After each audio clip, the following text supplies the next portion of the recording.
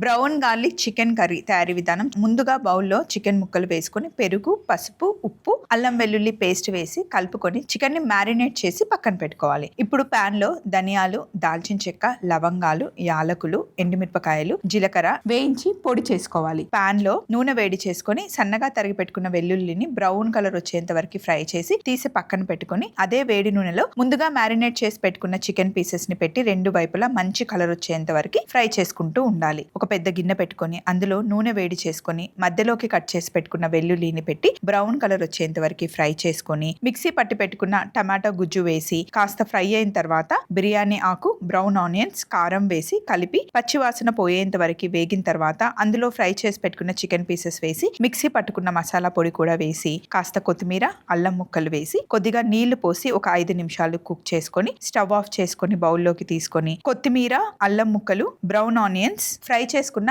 Garlic తో garnish చేసుకుంటే ఎంతో టేస్టీ అయిన brown garlic chicken curry ready.